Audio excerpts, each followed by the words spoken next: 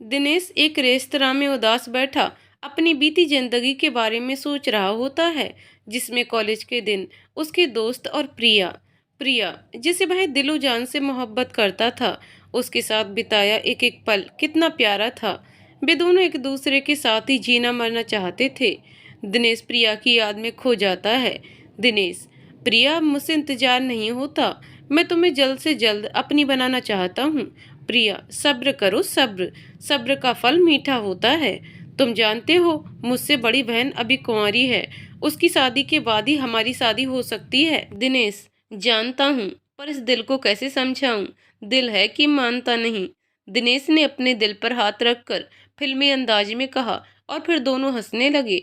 बीते दिनों को याद करके दिनेश के चेहरे पर मुस्कान आ जाती है। तभी उसकी नजर हॉल में दाखिल हुई एक गोरी, सुंदर, पतली सी लड़की पर पड़ी, जिसकी आंखें बड़ी बड़ी पर उदासी से भरी हुई थीं।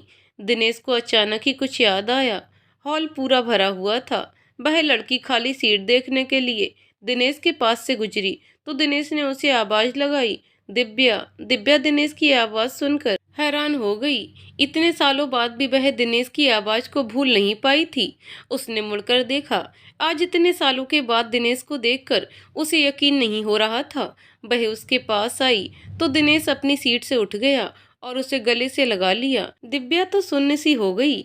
जब दिनेश थोड़ा संभला तो झेंप सा गया और कहने लगा कि इतने सालों के बाद तुम्हें देखा तो बहुत खुशी हुई, बस इसीलिए। वो दोनों सीट पर बैठ गए। दिनेश ने वेटर को 2 कप कॉफी लाने के लिए कहा। फिर उसने दिव्या की तरफ देखा और कहा, कैसी हो? दिव्या, ठीक हूँ, तुम कैसे हो? दिनेश, तुम्हारे सामने ही हूँ। दिव्या, तुमने मुझे पहचान ही लिया। दिनेश, अरे, कॉलेज की टॉपर को कोई भूल सकता है क्या? दिव्या ये सब सुनकर चुप हो जाती है और अगले ही पल उससे पूछती है कि प्रिया कैसी है। दिनेश उदास हो जाता है और बताता है कि 2 साल पहले प्रिया ने किसी और से शादी कर ली। दिव्या दिनेश से इसका कारण पूछती है। एक बार को तो वह चुप हो जाता है, फिर उसे बताने का निर्णय कर लेता है। इतने में वेटर कॉफी रख जाता है। दिनेश उसे बताता है कि कॉलेज पूरा करने के बाद वह अपने पापा के व्यापार में हाथ बटाने लगता है। प्रिया की बहन की शादी की बात कहीं जम नहीं रही थी, तो उसके घर वाले बहुत परेशान थे। फिर उनके पास एक रिश्ता आया। वे जब प्रिया की बहन आसिमा को देखने आए तो उन्हें प्रिया भी अपने छोटे बेटे के लिए पसंद आ गई। उन्होंने कहा कि वे अपने बड़े बेटे की शादी आसिमा से तभी करेंगे अगर वे प्रिया की शादी उनके छोटे बेटे के साथ करेंगे। साथ साथ में वो कॉफी भी पीते जा रहे थे। प्रिया ने अपने पिता से बहुत मिन्नत की, पर उसकी एक न चली। रिश्ता अच्छा होने के कारण उसके पापा ये रिश्ता हाथ से जाने नहीं देना चाहते थे। ना चाहते हुए भी प्रिया को ये शादी करनी पड़ी। ये सब सुनकर दिव्या की आंखों में आंसू आ गए। उससे कुछ कहते नहीं बन पा रहा था। वह बस इतना ही कह सकी कि भगवान की मर्जी के आगे किसी की नहीं चल सकती। दिनेश खुद को संभालते हुए, तुम सुनाओ, क्या कर रही हो आजकल? दिव्या, जॉब कर रही हूँ। दिनेश, शादी नहीं की? दिव्या, मिला ही नहीं कोई। माँ भी बीमार रहती है, उनकी देखरेख के लिए भी तो कोई चाहिए, बस इसीलिए। दिव्या ने घड़ी की ओर देखा।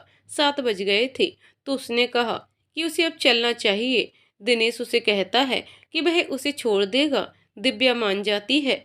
दिव्या और दिनेश गाड़ी में बैठकर चले जाते हैं। दोनों को ही कॉलेज के दिनों की बातें याद आने लगती हैं। दिनेश को कॉलेज में दिव्या के साथ पहली मुलाकात याद आती है, जब पार्किंग एरिया में साइड के नीचे एक ही वाहन के लगाने की जगह बची थी। वह अपनी बाइक लगाने ही लगता है कि एक लड़की उसके पास आकर कहती है, एक्सक्यूज मी, क्या आप बीए फर्स्ट ईयर का रूम बता सकते हैं?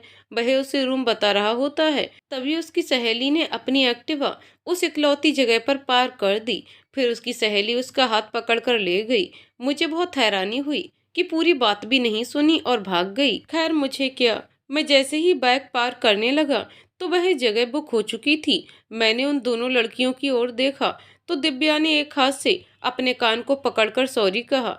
मुझे गुस्सा तो आ रहा था, पर उसकी इस हरकत को देखकर मुस्कुराकर रह गया। खैर, अब बाइक को जुलाई की तपती गर्मी में सड़ने के लिए खड़ा रखना पड़ा। जब मैं क्लासरूम में आया तो देखा दिव्या भी उसी क्लास में है और अपनी सहेलियों से बातें कर रही है। मैं अपनी जगह पर बैठ गया। वर्तमान। दिनेश दिव्या की तरफ देखता है। वह खिड़की से बाहर की तरफ देख रही है। दिनेश सोचता है कि कितनी जिंदा दिल थी ये लड़की। ऐसा क्या हुआ जो इतनी चुपचाप सी बैठी है। फिर उसे एक शरारत सूझी। वह जोर से चीखता है, दिव्या। दिव्या भी साथ ही चीख पड़ती है। उसे लगता है कि शायद एक्सीडेंट हो गया है। दिव्या की आंखें बंद हैं। दिनेश गाड़ी रोककर मुस्कुराते हुए दिव्या को देखने लगता है। 2 मिनट के बाद दिव्या जब आंखें खोलती है तो सब कुछ ठीक देखकर चैन की सांस लेती है। अब वह दिनेश की तरफ देखती है और पूछती है कि क्या हुआ था, तुम चीखे क्यों। दिनेश कहता है, मोटी कितनी देर से हॉरर पिक्चर की हीरोइन की तरह खिड़की की तरफ मुंह करके बैठी है, इधर देख भी नहीं रही। मुझे लगा कि कहीं आत्मा वात्मा का तो चक्कर नहीं। एकदम से लाल लाल आंखें, लंबे दांत, मेरा खून पीने का तो इरादा नहीं था तुम्हारा। ऐसा कहकर दिनेश मुस्कुराने लगता है। दिव्या चिढ़ जाती है और कहती है, सुधरोगे नहीं तुम दीनू काका। दिव्या उसे चिढ़ाने के लिए दीनू काका ही बुलाती थी और उसकी पीठ पर 2 मुक्के मारती है। मोटी मारा मत कर, 2.5 किलो का हाथ लेकर घूमती रहती है। साथ साथ गाड़ी चलाने लगता है और बड़बड़ाता जाता है, किसी गरीब सब्जी वाले को दे दो अपने हाथ, बेचारे के सब्जी तौलने के काम आएंगे।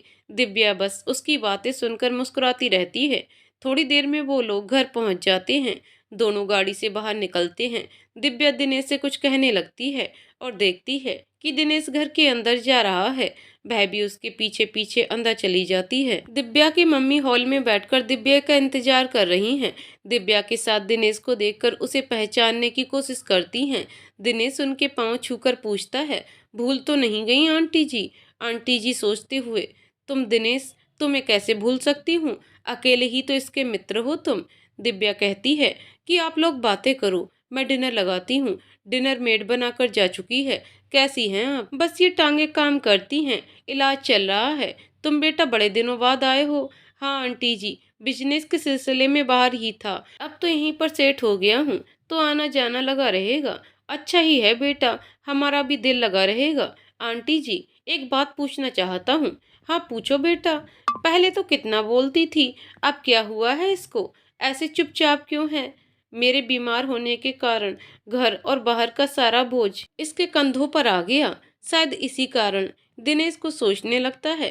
तभी दिव्या उनको आवाज लगाती है कि खाना लग गया है। दिनेश, कितना खाती हो तुम, कॉलेज की कैंटीन में भी बैठकर खाती रहती थी, कम खाया कर मोटी। मैं ज्यादा नहीं खाती, कहाँ से मोटी दिखती हूँ तुम्हें। देखो ना मम्मी, मुझे मोटी कहकर चिढ़ाता रहता है। कॉलेज में मैं नहीं, तुम बैठे रहते थे कैंटीन में। कैंटीन में बैठकर कोई टॉपर नहीं बन जाता, समझे। वैसे तुम इतना झूठ कैसे बोल लेते हो। दिनेश कोई उत्तर नहीं देता, बस मुस्कुराते हुए खाना खाता रहता है। दिव्या की मम्मी को दिव्या में वही पुरानी वाली दिव्या की झलक दिखाई देती है। वे समझ जाती हैं कि दिनेश ने जानबूझकर ऐसा किया है। खाना खाने के बाद दिनेश उनसे अलविदा लेता है और कहता है कि फिर आएगा, और चला जाता है। काफी समय बाद आज दिव्या के चेहरे पर मुस्कान देखकर उसकी मम्मी को अच्छा लगता है। दिव्या अपनी मम्मी की गोद में सर रखकर लेट जाती है और दिनेश और प्रिया के बारे में बताती है। उसकी मम्मी को दुख होता है। फिर वह दिव्या से कहती हैं कि दिनेश को देखकर लगता तो नहीं कि बेचारा कितनी तकलीफ में है, और दिव्या को समझाती हैं कि कठिनाई आने से जिंदगी रुकती नहीं है। हमें सिर्फ अपने बारे में ना सोचकर हमसे जुड़े लोगों की खुशी के बारे में सोचना चाहिए। अच्छा, रात बहुत हो गई है, सोने की तैयारी करो। दिव्या अपनी माँ को बिस्तर पर सुलाकर खुद भी सोने के लिए चली जाती है। उधर दिनेश जब घर पहुंचता है तो नौकर उसे कहता है कि बड़े साहब आपका इंतजार कर रहे हैं। वह अपने पिताजी के पास जाता है और कहता है कि क्या बात है, सोए नहीं अभी तक आप, तुम्हारा इंतजार कर रहा था। तुमने गुप्ता इंडस्ट्री के बारे में तो सुना होगा। हम उसने पहले भी 2-3 बार हमारे साथ बिजनेस करने की पेशकश की है, पर मैंने ज़्यादा रुचि नहीं दिखाई। अब फिर से उसने मैसेज भेजने शुरू कर दिए हैं कि एक बार उसके प्रस्ताव पर विचार तो करें। तो मैं तुमसे इसी विषय पर बात करना चाहता था कि हमें क्या करना चाहिए। दिनेश कुछ सोचते हुए, पापा वैसे इसके पास पैसा तो बहुत है, पर इसकी रेपुटेशन अच्छी नहीं है, लोग दबी जुबान में इसकी बुराई ही करते हैं। ये तो है बेटा, खुलकर तो कोई नहीं बोलता। चलो ऐसा करो, तुम ये फाइल ले जाओ, इसमें कंपनी की डिटेल्स है, इनको स्टडी करो, इधर उधर से कुछ और जानकारी इकट्ठी करो, फिर इसके साथ मीटिंग रखते हैं। बाकी तो इससे मिलकर ही पता चलेगा कि ये इंसान कितने पानी में है। ठीक है पिताजी, कहकर दिनेश अपने कमरे में चला जाता है। फाइल मेज पर रखकर कपड़े बदलने चला जाता है। कपड़े बदलने के बाद दिनेश कमरे में वापस आकर फाइल पढ़ने बैठ जाता है। फाइल पढ़ते पढ़ते उसे 1 बज जाता है। उसे नींद आने लगती है और वह सो जाता है। अगले दिन ऑफिस पहुंचकर वह जैसे ही केबिन में पहुंचता है, मैनेजर आकर उसे बताता है कि गुप्ता इंडस्ट्रीज से मीटिंग के लिए फोन आया था। वे पूछ रहे थे कि मीटिंग कब रख सकते हैं। दिनेश सोचता है कि मिलना तो इससे पड़ेगा ही, तो अभी क्यों नहीं। वह मैनेजर से अभी मीटिंग रखने के लिए कह देता है। 2 मिनट बाद मैनेजर आकर कहता है कि आधे घंटे के बाद का समय तय हुआ है। दिनेश फाइल उठाकर निकल जाता है। गुप्ता इंडस्ट्री पहुंचकर वह कार पार्किंग में लगाकर अंदर ऑफिस में पहुंचता है। सामने ही उसे दिव्या दिख जाती है। वह उसके पास जाता है और उसे हेलो बोलता है। दिव्या उसे देखकर हैरान हो जाती है और पूछती है कि तुम यहाँ कैसे। दिनेश गुप्ता सर के साथ मीटिंग है। टाइम देखते हुए देर हो रही है, बाद में मिलता हूँ। दिव्या ओके। दिनेश केबिन के पास पहुंचकर चपरासी को अपना कार्ड देता है। चपरासी कार्ड देकर कहता है कि साहब आप ही का इंतजार कर रहे हैं। दिनेश अंदर चला जाता है। दिनेश हाथ मिलाते हुए हेलो सर, कैसे हैं। पवन गुप्ता मैं ठीक हूँ, पर आपने मिलने के लिए बहुत इंतजार करवाया। दिनेश हमें नहीं पता था कि आप हमसे मिलने के लिए इतने ज्यादा बेचैन हैं, नहीं तो हम पहले ही मिल लेते। दोनों हंसने लगते हैं। गुप्ता ये आपने खूब कही। इतने में चपरासी 2 कप कॉफी लेकर आ जाता है। दिनेश अब मुद्दे की बात की जाए। अभी बात आगे बढ़ती है, तभी वहां पुलिस आ जाती है। इंस्पेक्टर आपका ट्रक पकड़ा गया है जिसमें ड्रग्स पाई गई है। मेरे पास आपका अरेस्ट वारंट है और सर्च वारंट भी है। गुप्ता बौखला जाता है। वह कहता है कि मुझे फंसाया जा रहा है, मुझे इस बारे में कुछ भी नहीं पता। इंस्पेक्टर हमें बेवकूफ मत समझिए, सच और झूठ तो जल्द ही पता चल जाएगा। मेरी तरफ देखकर आप कौन हैं। अब घबराने की मेरी बारी थी, पर अपने आप को संभालते हुए जी मैं तो आज पहली बार इनसे मिलने आया हूँ। इंस्पेक्टर क्यों मिलने आए थे। दिनेश मैं तो यहाँ नौकरी के बारे में पूछने आया हूँ। मैं साफ झूठ बोल गया। गनीमत तो ये भी रही कि गुप्ता ने भी मेरे खिलाफ कुछ नहीं कहा। इंस्पेक्टर ठीक है, तुम बाहर रुको, अभी जाना नहीं। दिनेश जी ठीक है। दिनेश बाहर आकर सीधा दिव्या के पास जाता है। दिव्या के तो हाथ पैर फूले हुए हैं। वह बहुत ज्यादा घबराई हुई है। वह दिनेश का हाथ पकड़ लेती है और कहती है कि अब क्या होगा। दिनेश क्या तुम इन सब के बारे में जानती थी। दिव्या नहीं तो। दिनेश घबराने की जरूरत नहीं है, तुम्हारे साथ और भी तो लोग हैं। तुम बस उतना ही उत्तर देना जितना पूछा जाए, बस वो भी बिना डर के। कुछ पुलिस वाले बिल्डिंग की सर्च करने लगते हैं और कुछ वर्कर्स से पूछताछ करने लगते हैं। सबका तकरीबन एक ही उत्तर होता है कि हम कुछ नहीं जानते। पुलिसकर्मी सबकी स्टेटमेंट लिखने के बाद सबको हिदायत देकर घर भेज देते हैं कि कोई भी शहर से बाहर नहीं जाएगा। सब अपने अपने घर की ओर चले जाते हैं। दिनेश मन ही मन में सोचते हुए कि ये क्या हो गया। अच्छा हुआ कि अभी किसी तरह की बात आगे नहीं बढ़ी थी, नहीं तो हम कितनी बड़ी मुश्किल में फंस सकते थे। मुझे इतनी जल्दी मीटिंग नहीं रखनी चाहिए थी। ऐसा सोचते सोचते वह अपनी गाड़ी के पास पहुंच गया। तभी उसका ध्यान दिव्या की तरफ गया, जो कि बहुत ही घबराई हुई थी और कांप रही थी। दिनेश मन में ही सोचते हुए इसकी तरफ तो मेरा ध्यान ही नहीं गया। दिनेश आगे बढ़कर दिव्या को गले लगा लेता है। थोड़ी देर तक वह ऐसे ही उसे गले लगाए रखता है। जब वह थोड़ी संभल जाती है तो वह दिनेश से अलग हो जाती है। दोनों ही थोड़े असहज लग रहे थे। दिनेश दिव्या को गाड़ी में बैठने के लिए कहता है। वे दोनों गाड़ी में बैठकर जा रहे हैं, पर एक दूसरे से कोई बात नहीं कर रहे हैं। फिर दिनेश इस असहजता से बचने के लिए कहता है कि वैसे तो मेरे सामने बड़ी बहादुर बनती हो, आज तुम्हारी बहादुरी तेल लेने गई थी। दिव्या रोने लग जाती है। दिनेश घबरा जाता है और कहता है दिव्या रो मत, मैं तो मजाक कर रहा था यार, तुम बहुत बहादुर हो, मैं तुम्हारी बहादुरी का कायल हूँ। दिव्या दिनेश को एक मुक्का मारती है और कहती है वह इस बात पर नहीं रो रही, वह तो पुलिस को देखकर बहुत ज्यादा घबरा गई थी, इसलिए तुम ना बुद्धू के बुद्धू ही रहोगे। दिनेश मन ही मन मुस्कुराने लगता है। इतने में दिव्या का घर आ जाता है। दिनेश दिव्या से कहता है कि घबराना मत, कोई भी परेशानी हो तो मुझे फोन कर लेना। दिव्या ठीक है, अंदर नहीं आओगे। दिनेश जरूर आता, लेकिन अभी मुझे किसी जरूरी काम से जाना है, फिर मिलते हैं। आंटी जी को मेरी नमस्ते कहना। बाय बाय कहकर अंदर चली जाती है। दिव्या की मम्मी उसे इतनी जल्दी घर आया देखकर पूछती हैं कि क्या बात है, तबीयत तो ठीक है ना, इतनी जल्दी घर कैसे आ गई। दिव्या उन्हें सारी बात बताती है। उसकी मम्मी पूछती हैं कि उस पर तो कोई आंच नहीं आएगी। दिव्या उन्हें तो कह देती है कि डरने की कोई बात नहीं है, पर अंदर से तो वह भी घबराई हुई थी।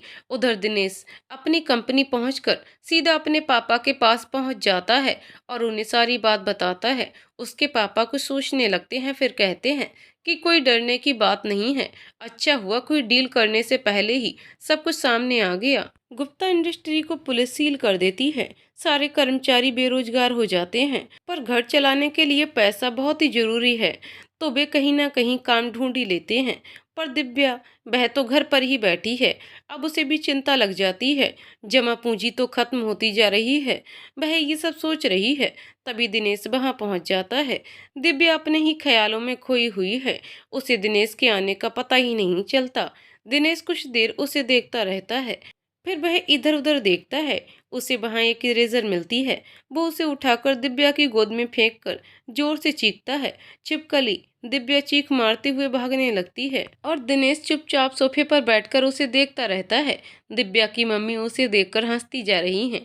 जब दिव्या दिनेश को देखती है तो समझ जाती है कि सब इसी का किया धरा है। वह नाराज होकर बैठ जाती है। दिनेश अब उसे मनाने के लिए अपने कान पकड़ लेता है और सॉरी बोलता है।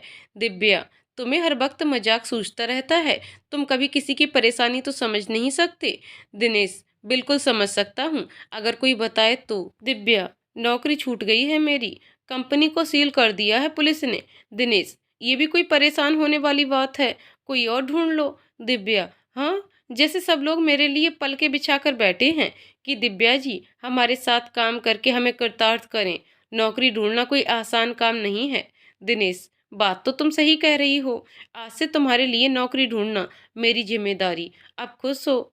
दिव्या, हम। दिनेश, चलो इसी खुशी में एक कॉफी पिला दो। खुद से तो पता नहीं कि घर आए मेहमान को चाय कॉफी ही पूछ लें।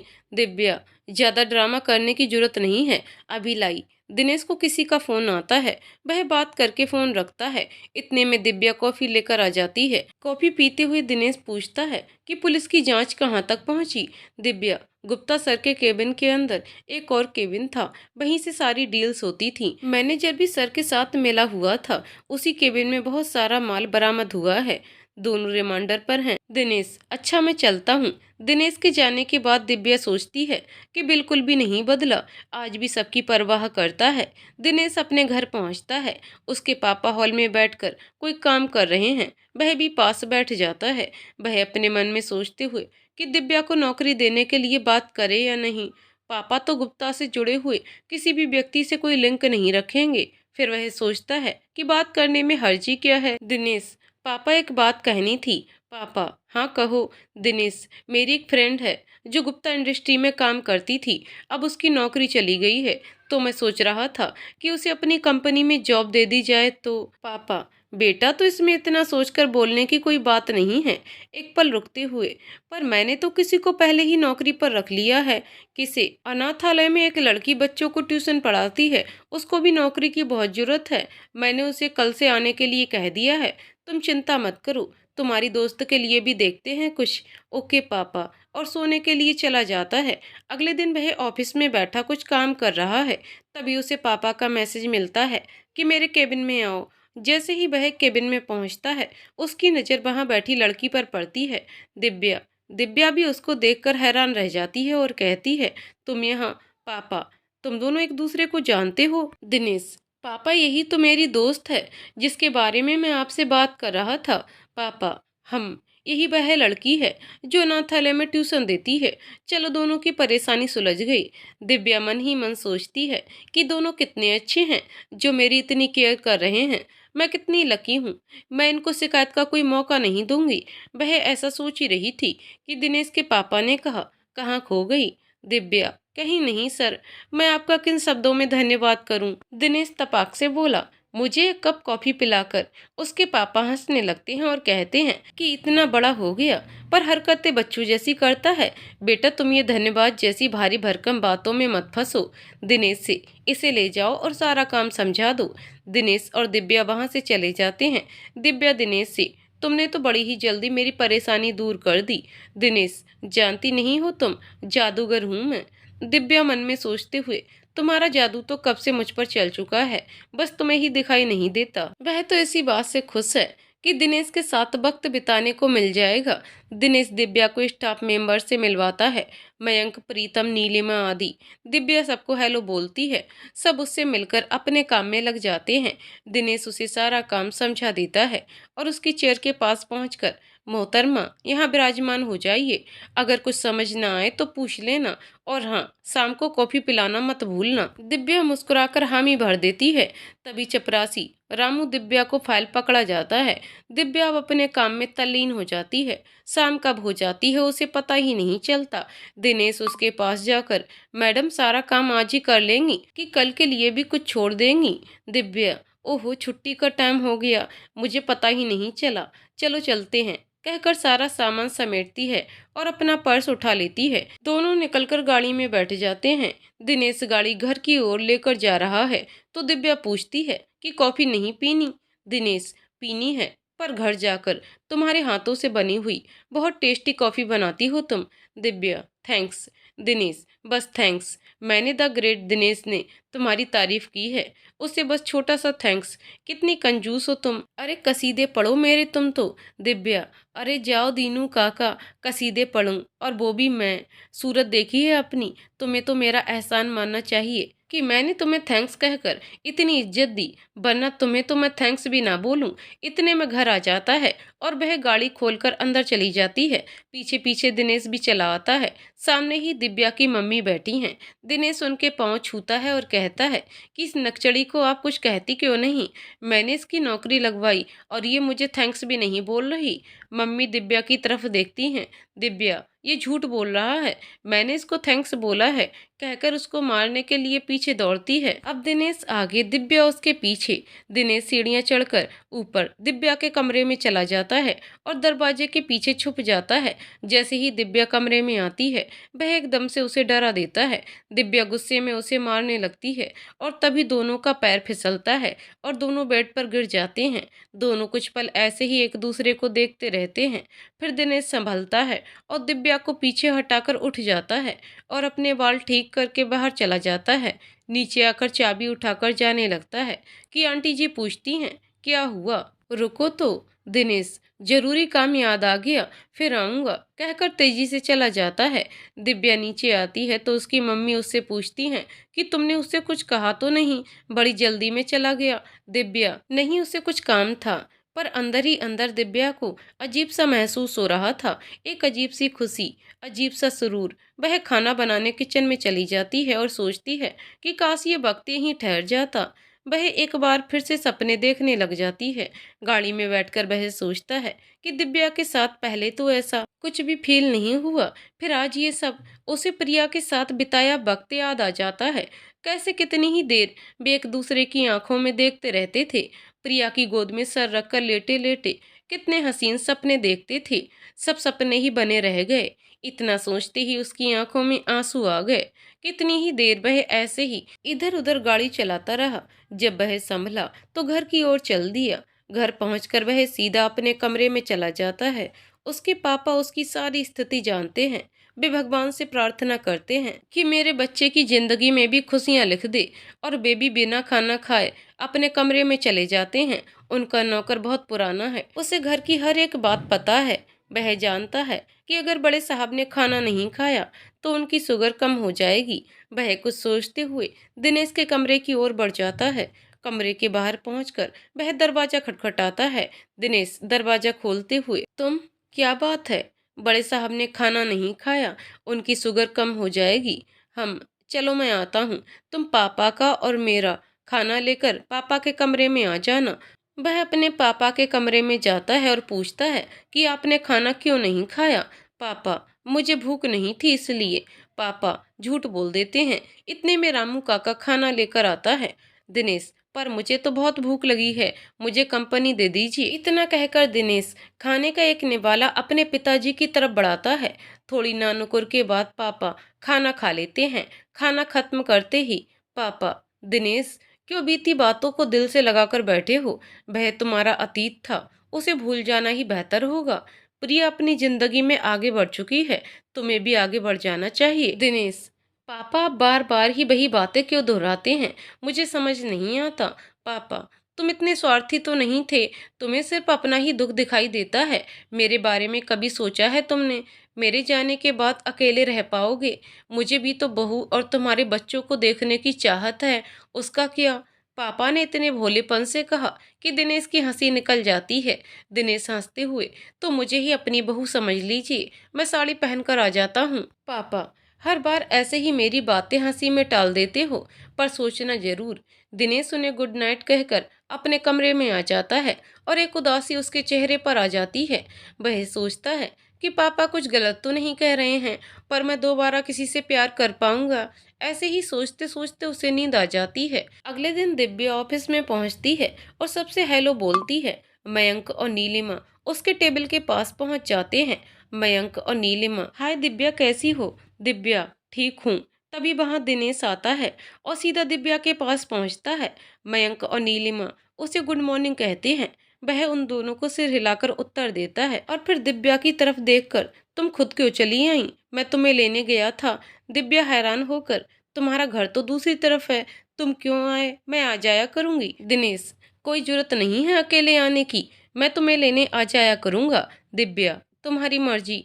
दिनेश अपने केबिन की ओर चला जाता है। मयंक और नीलिमा एक दूसरे की ओर हैरानी से देखते हैं, जिसे दिव्या देख लेती है और पूछती है कि क्या हुआ? नीलिमा, ये सर को क्या हुआ? ये तो कभी किसी की तरफ आंख उठाकर भी नहीं देखते। उन्होंने हमें गुड मॉर्निंग विश किया और तुम्हारे साथ कैसे फ्रैंकली बात कर रहे थे।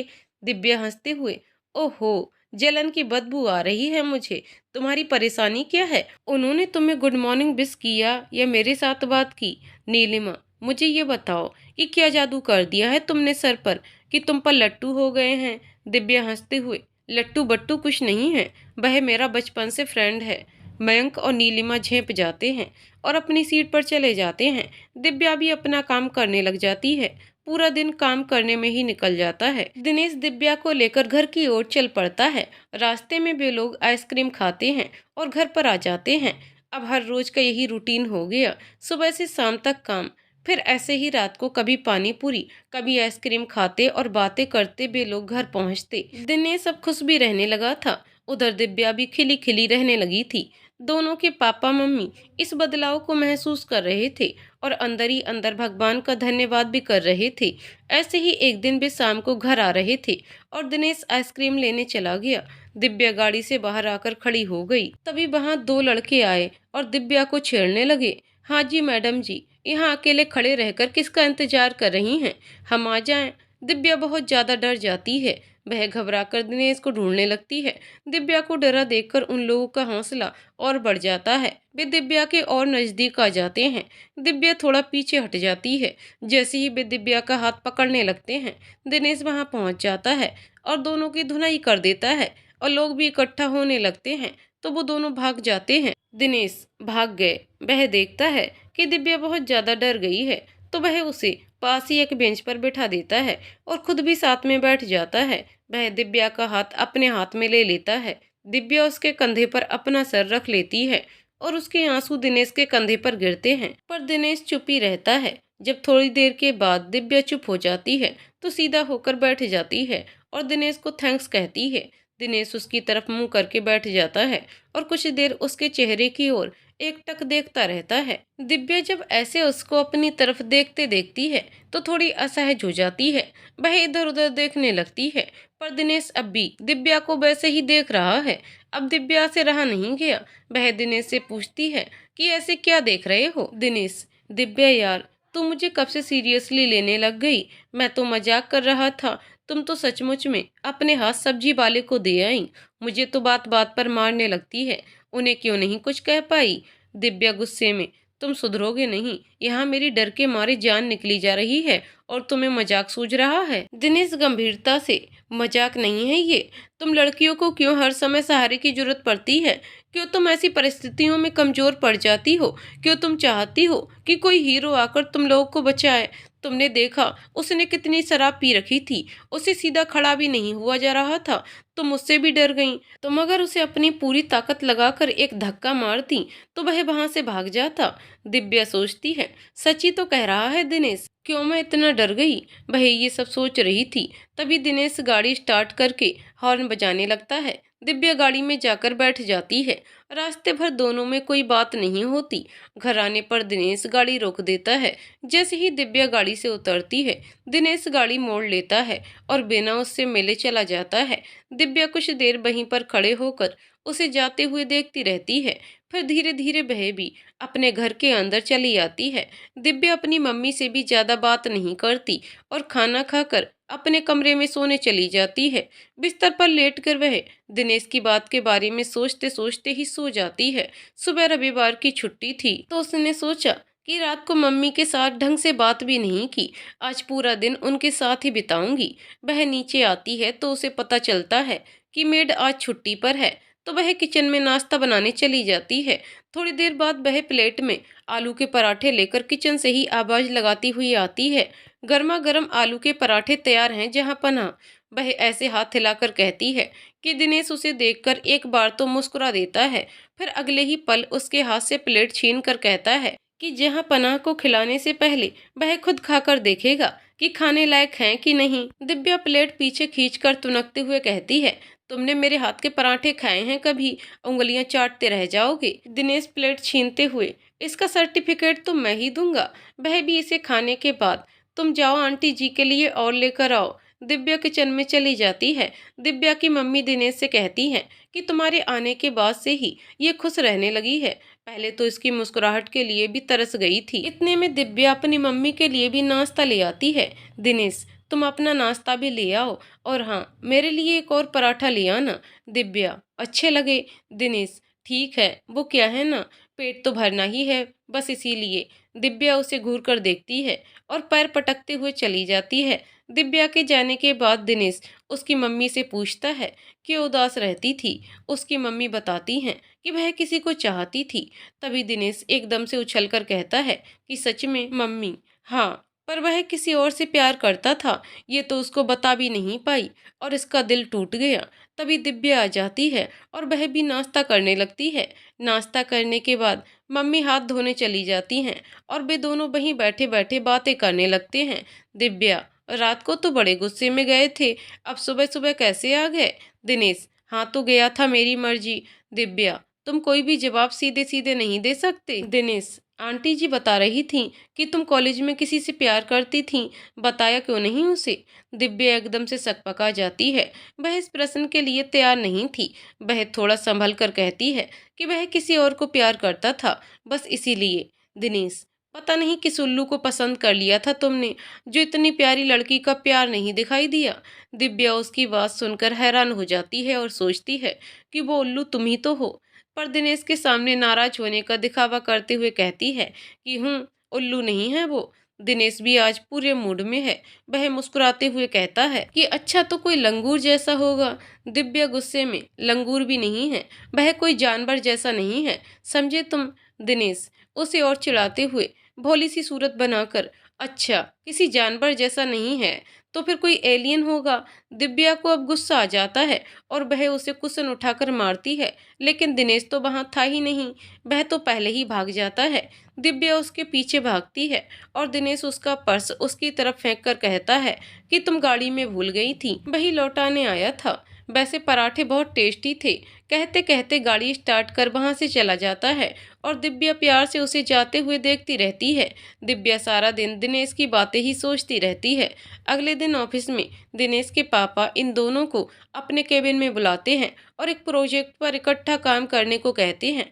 प्रोजेक्ट बहुत बड़ा होने के कारण ये दोनों हर पहलू को ध्यान में रखकर बड़ी ही मेहनत से प्रेजेंटेशन तैयार करते हैं। इस सारे काम को करने में इन्हें एक हफ्ता लग जाता है। आज इनकी दूसरी कंपनी के साथ मीटिंग है और दिनेश दिव्या से कहता है, प्रेजेंट टेंशन तुम दोगी। दिव्या हैरान होकर, मैं क्यों, तुम कहीं जा रहे हो? दिनेश, नहीं, मैं भी वहीं रहूंगा। दिव्या, तो तुम दोनों प्रेजेंट टेंशन, मुझसे नहीं होगा। घबरा जाती है, लेकिन दिनेश पर कोई असर नहीं। वह दिव्या की आंखों में देखकर कहता है कि ये काम तो तुम्हें करना पड़ेगा, ये मेरा आदेश है। मैं तुम्हारा दोस्त होने के साथ साथ तुम्हारा बॉस भी हूँ, समझी? कहकर वह वहां से उठकर चला जाता है।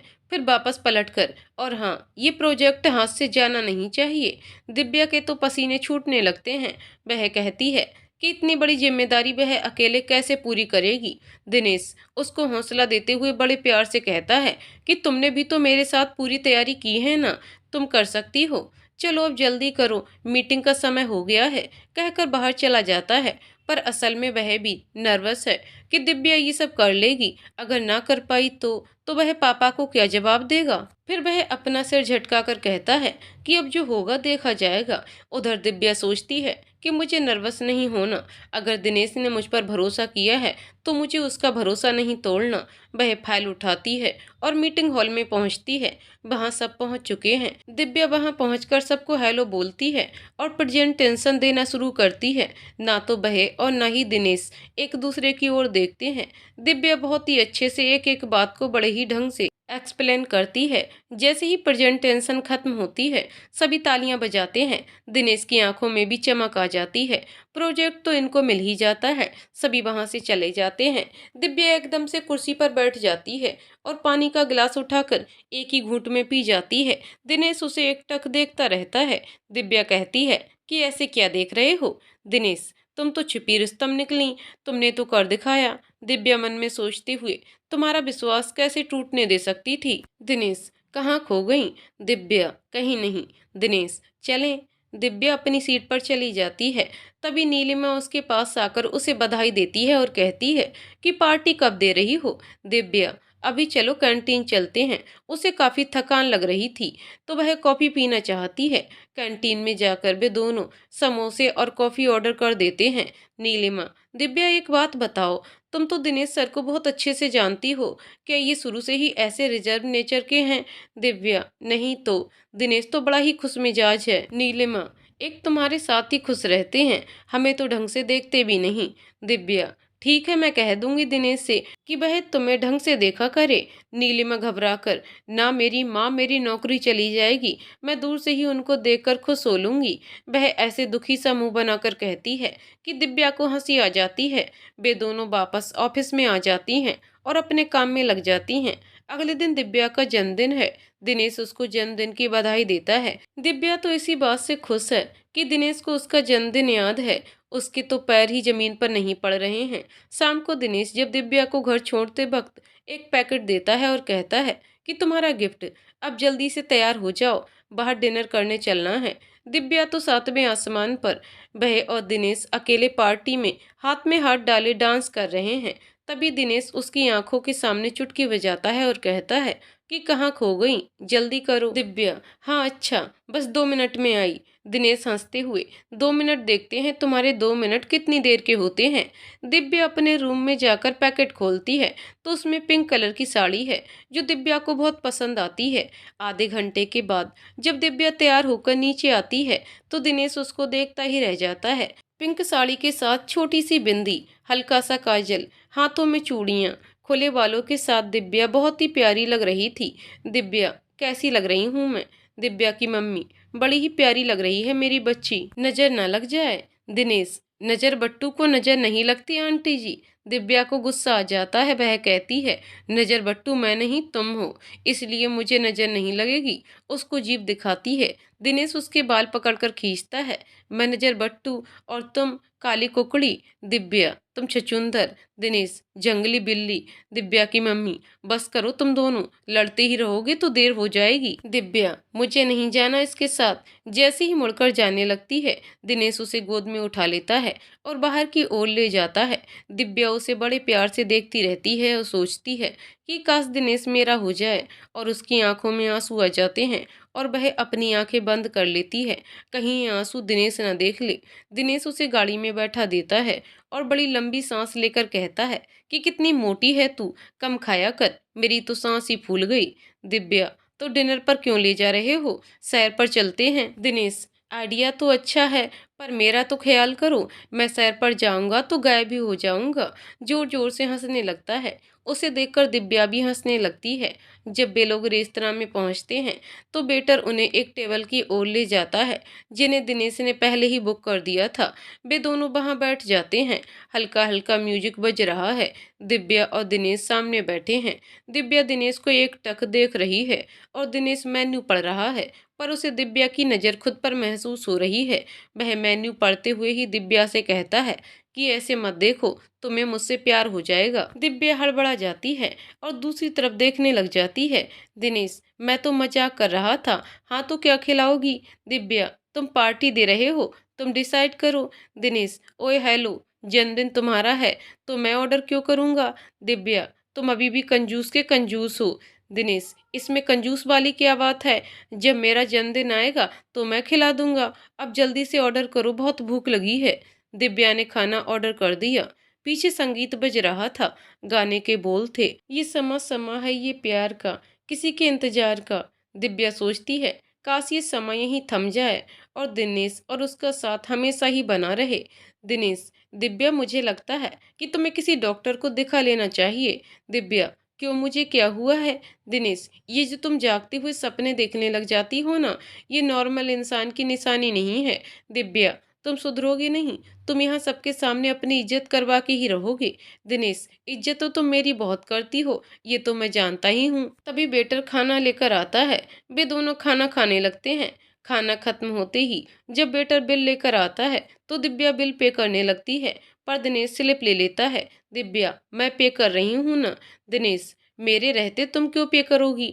दिव्या, अच्छा जी, अभी थोड़ी देर पहले तो कह रहे थे कि तुम्हारा जन्मदिन है तो तुम पार्टी दो। दिनेश, मैंने कहा था ऑर्डर तुम करो, बिल पे करने के लिए नहीं कहा था, और बिल पे कर देता है। वापस आते समय गाड़ी में बैठे हुए दिव्या दिनेश से एक बात पूछे। दिनेश, हाँ पूछो। दिव्या, क्या तुम प्रिया को भूल पाओगे? दिनेश गाड़ी साइड पर रोक देता है और दिव्या की तरफ देखने लगता है, पर दिव्या उसकी ओर नहीं देखती। दिनेश उसे कोई उत्तर नहीं देता और गाड़ी चलाने लगता है, पर उसके अंदर हलचल मच जाती है। वह सोचता है कि प्रिया के साथ बुने हुए सपने भूलना क्या इतना आसान है? मैंने तो कभी उसके बिना जीने की कल्पना ही नहीं की, पर प्रिया भी तो 2 साल से मेरे बिना रह रही है। उससे बात होने पर उसने भी तो कभी महसूस नहीं होने दिया जैसे वह मेरे बिना दुखी है। इतने में दिव्या का घर आ जाता है और वह गाड़ी से उतरकर दिनेश को डिनर के लिए थैंक्स कहती है और चली जाती है, पर पीछे दिनेश के अंदर एक तूफान छोड़ जाती है।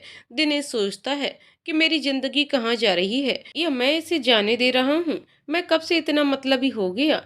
मुझे अपने सिवा कोई दिखाई क्यों नहीं दे रहा? पापा भी तो यही कह रहे थे, उनके भी तो कुछ सपने होंगे मुझे लेकर। मैं एक अच्छा बेटा भी नहीं बन पाया। सोचते सोचते उसकी आंखें भर आती हैं और वह गाड़ी बार की तरफ मोड़ लेता है। अंदर जाकर वह टेबल पर बैठ जाता है और वेटर से पैक बनवाने के लिए कहता है। एक के बाद एक करके वह कितने ही पैक पी जाता है, पर उसके मन की बेचैनी कम नहीं होती। उसकी आंखें लाल हो जाती हैं। ऐसे ही उठकर घर की ओर चल पड़ता है। घर पहुंचने पर जब वह डोरबेल बजाता है तो उसके पिताजी दरवाजा खोलते हैं और दिनेश लड़खड़ाता हुआ अंदर की ओर जाता है। उसके पापा दरवाजा बंद करके वापस मुड़ते हैं और दिनेश का हाथ पकड़कर उसको ऊपर उसके कमरे में ले जाते हैं। दिनेश को बिस्तर पर लिटाकर वे उसके जूते उतारते हैं। उनको एक बात समझ नहीं आ रही कि ये दिव्या के साथ डिनर के लिए गया था। ऐसा क्या हो गया जो इसे शराब पीनी पड़ी? वे जाने के लिए मुड़ते हैं, तभी दिनेश उनका हाथ पकड़कर अपने पास बिठा लेता है और उनकी गोद में सर रख लेता है। उसके पापा को अपनी टांग पर दिनेश के आंसू महसूस होते हैं। वे उसके आंसू पोंछते हैं और पूछते हैं कि क्या बात है, क्यों परेशान हो? दिनेश, आज मम्मा की बहुत याद आ रही है। वह कैसे हर परेशानी का हल बिना घबराए निकाल देती थी।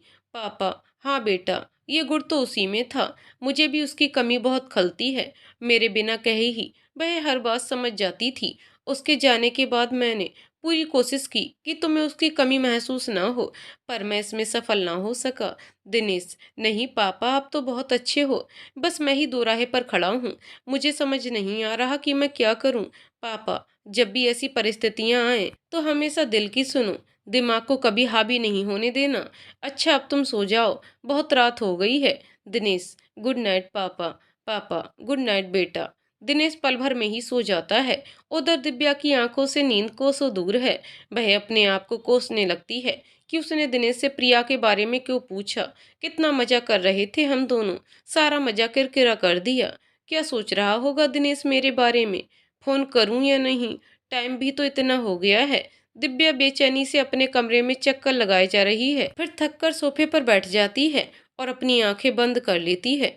उसे दिनेश का हंसता हुआ चेहरा नजर आता है और वह हंसते हुए धीरे धीरे उसके पास आ रहा है। पास आकर वह दिव्या के कान के पास अपना मुंह ले जाकर उसे आई लव यू कहता है। दिव्या एक झटके से अपनी आंखें खोलती है, पर दिनेश तो सामने होता ही नहीं। वह सोचती है, काश ये सच हो जाए। पहले तो मैंने अपने मन को समझा लिया, पर अब और नहीं। मैं दिनेश के बिना नहीं रह सकती। वह नहीं कहता तो कोई बात नहीं, मैं ही उसे अपने प्यार का इजहार कर दूंगी। ज्यादा से ज्यादा मना ही कर देगा, देखा जाएगा। अगले ही पल सोचती है कि अगर उसने दोस्ती भी तोड़ दी तब? वह घबराहट के कारण कांपने लगती है। तब वह क्या करेगी? नहीं नहीं, वह उससे दूर तो बिल्कुल नहीं रह सकती। उसे कुछ समझ नहीं आ रहा। वह रोने लगती है। रोते रोते सोफे पर ही वह सो जाती है। अगले दिन उसका ऑफिस जाने का बिल्कुल मन नहीं होता। वह सोच ही रही है कि छुट्टी के लिए फोन करूं, तभी उसे अनाथालय से फोन आ जाता है कि यहाँ बच्चों की बनाई चीजों की प्रदर्शनी लगानी है और काम ज्यादा है, तो जल्दी यहाँ पहुंचो। दिव्या जल्दी से तैयार होती है और अपनी मम्मी से बात कर अनाथालय की ओर चल पड़ती है। उधर दिनेश के पिताजी अपनी सारी मीटिंग्स दिनेश को सौंपकर खुद भी अनाथालय चले जाते हैं। दिनेश दोपहर तक सारी मीटिंग से निपटा देता है। जब वह ऑफिस पहुंचता है तो उसे दिव्या कहीं नहीं दिखाई देती। वह नीलिमा के पास जाता है और दिव्या के बारे में पूछता है। नीलिमा, सर वह तो आज आई नहीं।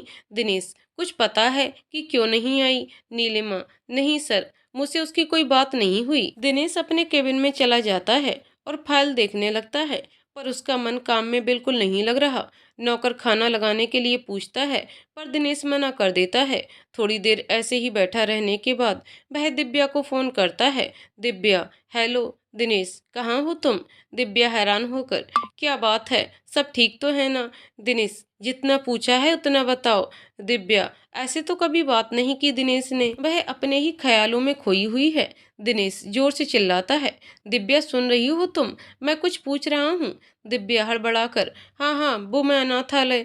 दिनेश उसकी पूरी बात भी नहीं सुनता और फोन काट देता है। दिव्या, अजीब है, अभी तो कहाँ हो पूछ रहा था, अब पूरी बात भी नहीं सुनी। कंधे उचकाती है और अपना काम करने लग जाती है। आधे घंटे के बाद दिनेश उसके सामने खड़ा है। वह उसे देखती है और पूछती है कि सब ठीक तो है ना? ऐसे अचानक यहाँ? दिनेश, क्यों, मैं यहाँ नहीं आ सकता? मेरे पापा ट्रस्टी हैं यहाँ के। दिव्या, मैंने ऐसा तो नहीं कहा कि तुम यहाँ नहीं आ सकते। मैं तो इसलिए पूछ रही थी कि फोन पर तुम बड़े गुस्से में थे, क्या हुआ था? दिनेश, हाँ तो तुमसे मैं पूछ रहा हूँ और तुम हो कि इधर उधर की बातें किए जा रही हो, कहकर वहीं कुर्सी पर बैठ जाता है। वहीं टेबल पर समोसे और कॉफी पड़ी है जो कि दिव्या खा रही थी, जिसे देखकर दिनेश को और गुस्सा आ जाता है और वह कहता है कि मैं सुबह से बिना खाए पिए काम कर रहा हूँ और तुम यहाँ बैठकर बड़े आराम से खा रही हो। दिव्या की हंसी निकल जाती है और कहती है कि मैं अभी तुम्हारे लिए कुछ मंगवा देती हूँ। जैसे ही वह किसी को आवाज लगाने लगती है, दिनेश उसका हाथ पकड़कर रोक लेता है और कहता है कि ये हैं तो यही खा लूंगा, और समोसा उठाकर खाने लगता है। दिव्या उसे खाते हुए बड़े प्यार से देखती रहती है और सोचती है कि दिनेश बिल्कुल एक बच्चे की तरह मासूम लग रहा है, जिसके अंदर कोई छल कपट नहीं है। उसका मन किया कि वह उसको एक किस कर ले, लेकिन पता नहीं क्या है जो उसे रोक रहा है। इतने में दिनेश समोसा खा लेता है। उसकी भूख थोड़ी सी शांत होती है। मुझे देखकर मन भर गया हो तो कॉफी मंगवा लो। दिव्या झेप जाती है और कॉफी लाने चली जाती है। थोड़ी देर में वह कॉफी लेकर आ जाती है। दिनेश को कॉफी देते हुए वह पूछती है कि अब बताओ कि क्या आफत मची थी? दिनेश, कहाँ आफत मची थी? दिव्या, बनो मत, यहाँ क्यों आए हो? दिनेश, मैंने भी बताया ना कि मेरे पापा ट्रस्टी हैं यहाँ के। दिव्या बात काटते हुए, हाँ मुझे पता है, वे तो कितने सालों से ट्रस्टी हैं, पहले तो तुम कभी नहीं आए। दिनेश, हाँ तो ये किसने कहा कि जो काम पहले नहीं किया वह कभी करना भी नहीं? दिव्या गुस्से में, दिनेश बात को घुमाओ मत। दिनेश, लो बात को भी कोई घुमा सकता है, तुम कहो तो तुम्हें घुमा देता हूँ, कहकर उसे गोल गोल घुमा देता है और अपने पापा के पास चला जाता है। दिव्या, इसके मुंह से बात निकलवाना बहुत ही मुश्किल है। दिनेश के पापा प्रदर्शनी के पास खड़े हैं। दिनेश भी प्रदर्शनी देखने लग जाता है। किसी ने पेंटिंग्स बनाई है, किसी ने पोएट्री में कलाकारी दिखाई। कढ़ाई सूट्स के डिजाइन बहुत ही सुंदर तरीके से बनाए और प्रदर्शित किए गए थे। दिनेश इन्हें देखकर बहुत ही प्रसन्न होकर कहता है, पापा ये तो बहुत ही सुंदर हैं। पापा हैरान होकर, तुम यहाँ क्या कर रहे हो? दिनेश, प्रदर्शनी देखने आया हूँ। पापा, तुम्हें तो इन सब में कभी कोई भी रुचि नहीं रही। दिनेश, हाँ तो मेरा काम खत्म हो गया था तो सोचा कि आपके पास चलता हूँ, थोड़ा आपके साथ भी समय बिता लूंगा। पापा, अच्छा, और ये महान विचार पहले तो नहीं आया? दिनेश, क्या पापा, जब जागो तभी सवेरा। दिनेश के पापा बस मुस्कुराकर रह जाते हैं। सारा काम खत्म होते होते अंधेरा हो जाता है। सभी अपने अपने घर की ओर निकलने लगते हैं। तो दिनेश दिव्या से कहता है कि वह उसे घर छोड़ देगा, तो वह उसके साथ गाड़ी में बैठ जाती है। दिनेश के पापा देख लेते हैं। दिव्या और दिनेश घर की ओर जा रहे हैं। रास्ते में वे आइसक्रीम खाने के लिए रुक जाते हैं। आइसक्रीम खाते हुए दिनेश दिव्या से, दिव्या तुम्हें तनुज याद है जो हमारे साथ पढ़ता था? दिव्या, कौन तनुज? दिनेश, अरे वही जो लल्लू सा लगता था, जो नए पेंट किए हुए बेंच पर बैठ गया था और उसकी पैंट गीले पेंट पर चिपक गई थी। दिव्या हंसते हुए, हाँ मैंने उसे कितना रोका था कि यहाँ मत बैठो, फिर भी बैठ गया और वो उठते समय उसकी पैंट फटी चर। दोनों इतनी जोर से हंसते हैं कि दिव्या की आइसक्रीम नीचे गिर जाती है। दोनों हंसते हुए पास ही में एक गार्डन के बेंच पर बैठ जाते हैं। जब दिव्या बैठने लगती है तो दिनेश, रुको, मुझे देखने दो, कहीं ये भी तो गीला नहीं है। दिव्या और दिनेश फिर से हंसने लगते हैं। दिनेश दिव्या की तरफ अपनी आइसक्रीम बढ़ा देता है। दिव्या खाने लगती है। दिनेश देखता है कि दिव्या अकेले ही खाई जा रही है। दिनेश उसके हाथ से आइसक्रीम छीनते हुए, भुक्कड़ मुझे भी खानी है, और खाने लगता है। फिर दोनों मिलकर खाते हैं। आइसक्रीम खत्म होने के बाद दिनेश दिव्या की गोद में सर रखकर लेट जाता है और दिव्या उसके सिर में हाथ फेरने लगती है। दिनेश आंखें बंद कर लेता है। दिव्या चांद की ओर देखकर गुनगुनाने लगती है। चांद ने कुछ कहा, रात ने कुछ सुना, तू भी सुन बेखबर प्यार कर। दिव्या चांद और सितारों की तरफ देखती रहती है। अचानक ही दिनेश उठता है और दिव्या को गले लगा लेता है और उसके माथे पर किस कर देता है। दिव्या हैरान होकर देखते हुए, क्या हुआ? दिनेश मुस्कुराते हुए, कुछ नहीं, चलो घर चलते हैं। दिव्या अपनी सीट पर आंखें बंद करके उस पल को कैद करके रखना चाहती हो। दिनेश दिव्या को उसके घर छोड़कर जब अपने घर पहुंचता है तो उसके पापा उसके पास आते हैं और उससे पूछते हैं, क्या तुम्हें दिव्या पसंद है? दिनेश, पसंद है मतलब? पापा, मेरा मतलब है क्या तुम मुझसे प्यार करते हो? दिनेश, क्या पापा आप भी, वह मेरी दोस्त है बस। पापा, अच्छा, मुझे लगा कि, खैर छोड़ो, ये फाइल पढ़ लेना, नया कॉन्ट्रैक्ट मिल सकता है। दिनेश, ओके पापा, गुड नाइट। पापा, गुड नाइट बेटा, कहकर सोने चले जाते हैं। दिनेश भी सोने चला जाता है। अगले दिन ऑफिस में दिव्या काम कर रही है। तभी मयंक उसके पास आता है। मयंक, हाय दिव्या। दिव्या, हेलो मयंक। मयंक, तुम कल क्यों नहीं आई? दिव्या, हाँ मुझे कहीं जाना था। क्यों, कुछ काम था तुम्हें? मयंक, नहीं काम तो नहीं था, बस वो साथ काम करते हैं ना तो एक आदत हो जाती है देखने की। दिव्या, हाँ सही बात है। दिव्या अपना काम करने लग जाती है पर मयंक वहीं खड़ा रहता है। दिव्या की उस पर नजर पड़ती है। तुम गए नहीं अभी तक, कुछ काम है क्या? मयंक, कुछ खास तो नहीं, कॉफी पीने का मन था, अगर तुम्हें कोई ऐतराज ना हो तो क्या तुम मेरे साथ चलोगी? दिव्या, इसमें ऐतराज करने वाली क्या बात है, हाँ चलो। तभी वहां नीलिमा आ जाती है। अरे भाई, कहाँ जाना है? दिव्या, मयंक कॉफी पिला रहा है, तुम चलोगी? नीलिमा, नेकी और पूछ पूछ। सभी कैंटीन चले जाते हैं। वहां कॉफी पीते हुए मयंक, तुम्हारे घर में कौन कौन है? दिव्या, दिव्या, मैं और मेरी मम्मी। दिव्या, तुम्हारे घर में कौन है? मयंक, मयंक, मैं और मेरी तन्हाई। दिव्या, तुम तो शायर भी हो, वह क्या बात है? मयंक, साथ ही खूबसूरत हो तो शायरी अपने आप निकल आती है। दोनों हंसने लगती हैं। दिव्या, तुम तो एक्टिंग भी बहुत अच्छी कर लेते हो जाए फिर कुछ। मयंक टेबल पर चढ़ जाता है और शोले फिल्म का टंकी वाला सीन करने लगता है। मयंक ऐसे टेढ़े टेढ़े मुंह बनाता है कि दोनों हंसते हुए पेट पकड़ लेती हैं। दिव्या, पेट पकड़े हुए, बस करो मयंक, चुप हो जाओ। उधर दिनेश जब केबिन से बाहर निकलता है तो उसे तीनों की सीट्स खाली दिखाई देती हैं। वह सोचता है कि तीनों कहाँ चले गए। तभी वहां से रामू जा रहा है तो दिनेश उसे तीनों के बारे में पूछता है। वह बताता है कि कैंटीन गए हैं। दिनेश अब कैंटीन की ओर चल देता है। कैंटीन में तीनों को ऐसे हंसते देखकर जल भुन जाता है और बिना कुछ कहे ही वापस अपने केबिन में आ जाता है। जब वे लोग वापस आते हैं तो वह दिव्या को बुलाता है और कहता है कि तुम लोग यहाँ काम करने आते हो या मस्ती करने। दिव्या, क्या मस्ती की है? कैंटीन में कॉफी पीने ही तो गए, क्या काम है? दिनेश, कुछ नहीं, मैं कर लूंगा खुद, तुम जाओ। दिव्या अपनी सीट पर चली जाती है और काम करने लगती है। शाम को दिनेश गुस्से में दिव्या को लिए बिना ही चला जाता है। दिव्या ऑटो का इंतजार कर रही है। तभी मयंक आ जाता है और कहता है कि वह उसे छोड़ देगा। दिव्या जैसे ही बैठने लगती है तभी वहां दिनेश आ जाता है और उसका हाथ पकड़कर गाड़ी में बैठा देता है और मयंक से कहता है कि तुम जाओ, मैं छोड़ दूंगा। दिनेश जैसे ही गाड़ी में बैठता है दिव्या उसे घूर कर देखती है। दिनेश, क्या? दिव्या, तुम्हें हुआ क्या है? दिनेश, क्या हुआ है मुझे? दिव्या खींचते हुए, यही तो मैं तुमसे पूछ रही हूँ। पहले तो मुझे छोड़कर चले गए, अब धक्के से ले जा रहे हो, इतने कंफ्यूज क्यों हो? दिनेश, मुझे तो कुछ काम था, पर तुम्हें उस नौटंकी के साथ जाने की क्या जरूरत है? तुम्हें रास्ता नहीं पता? दिव्या, तुम्हें उससे इतनी चिढ़ क्यों हो रही है? इतना अच्छा तो है वो। दिनेश, हाँ हाँ, वह तो अच्छा है, एक मैं ही बुरा हूँ। दिव्या अब हैरानी से दिनेश की ओर देखने लग जाती है और सोचती है कि इसे क्या हुआ है। पहले तो इसने ऐसे बिहेव नहीं किया कभी।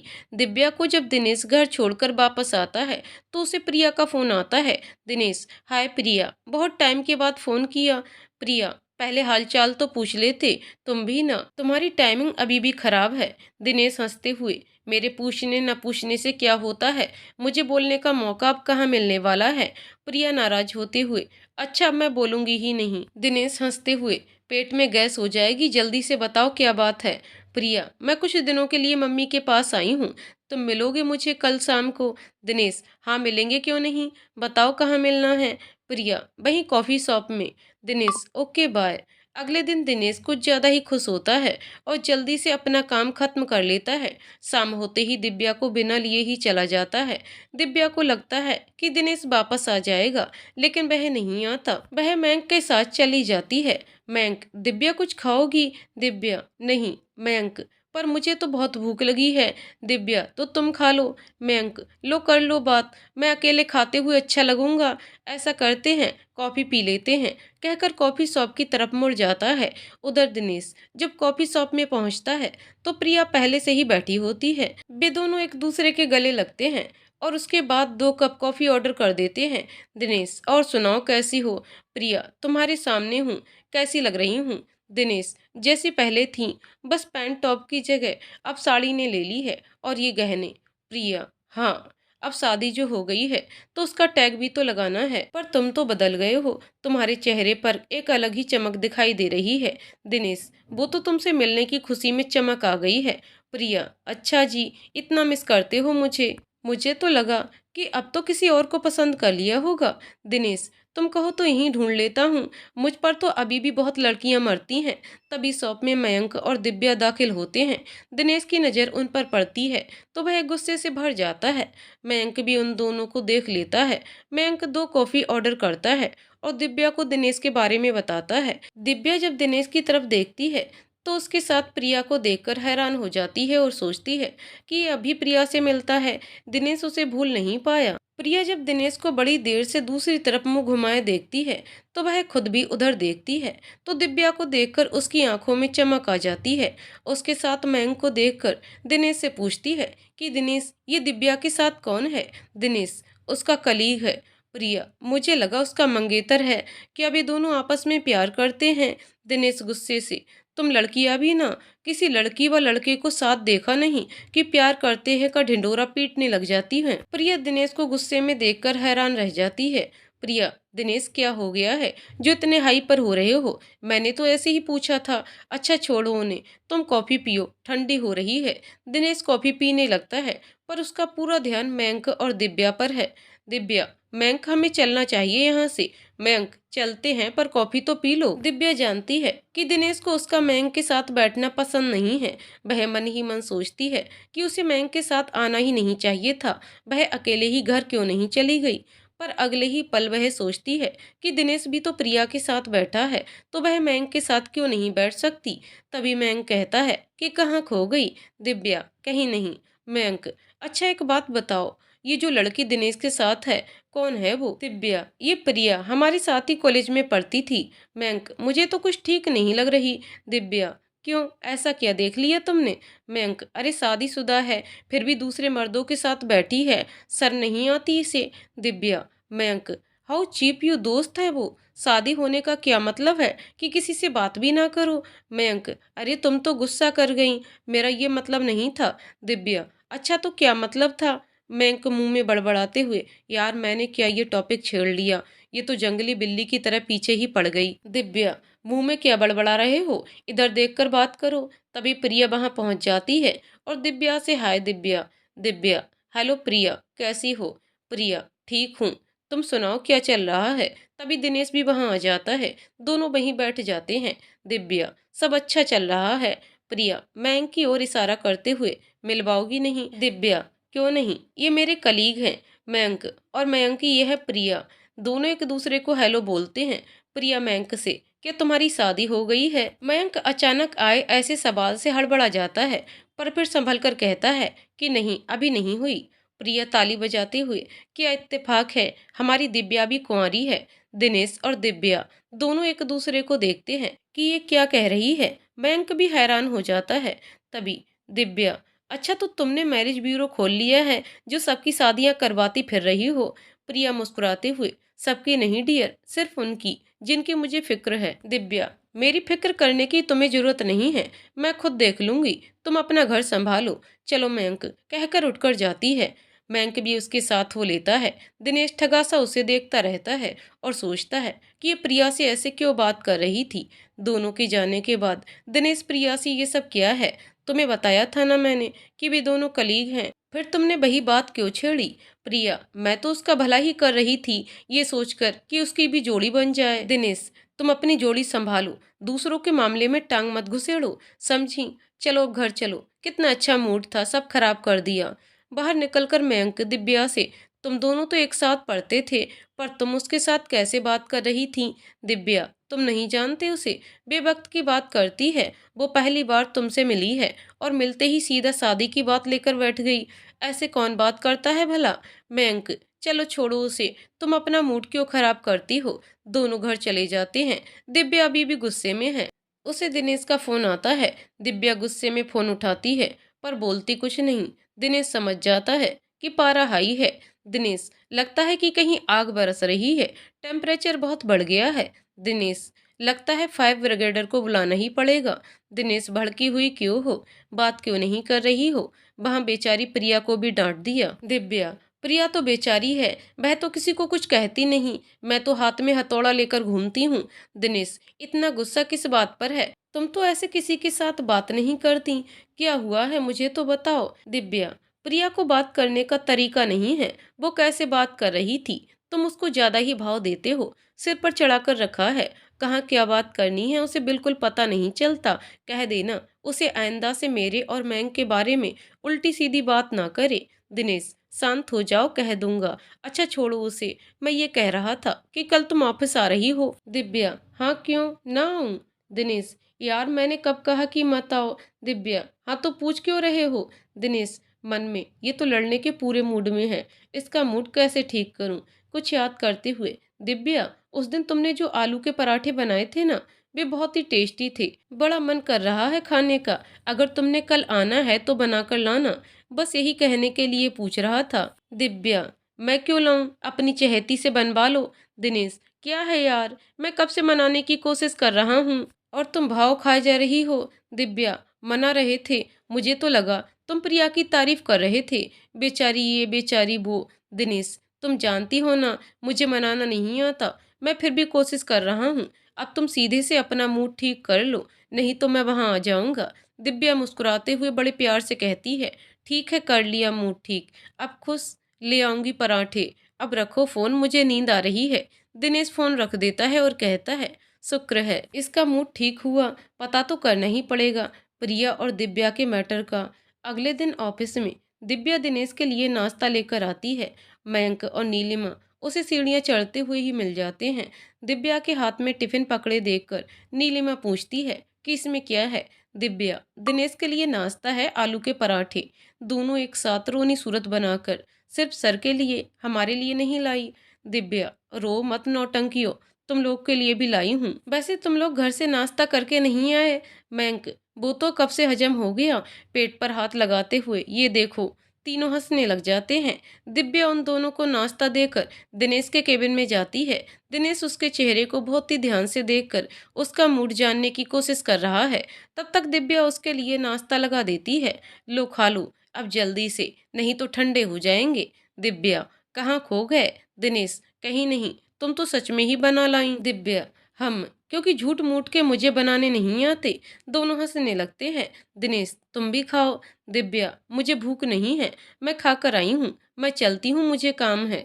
दिनेश, ठीक है। अच्छा एक बात सुनो, मैं शाम के लिए कैब बुक करवा दूंगा, तुम घर चली जाना, किसी और के साथ जाने की जरूरत नहीं है।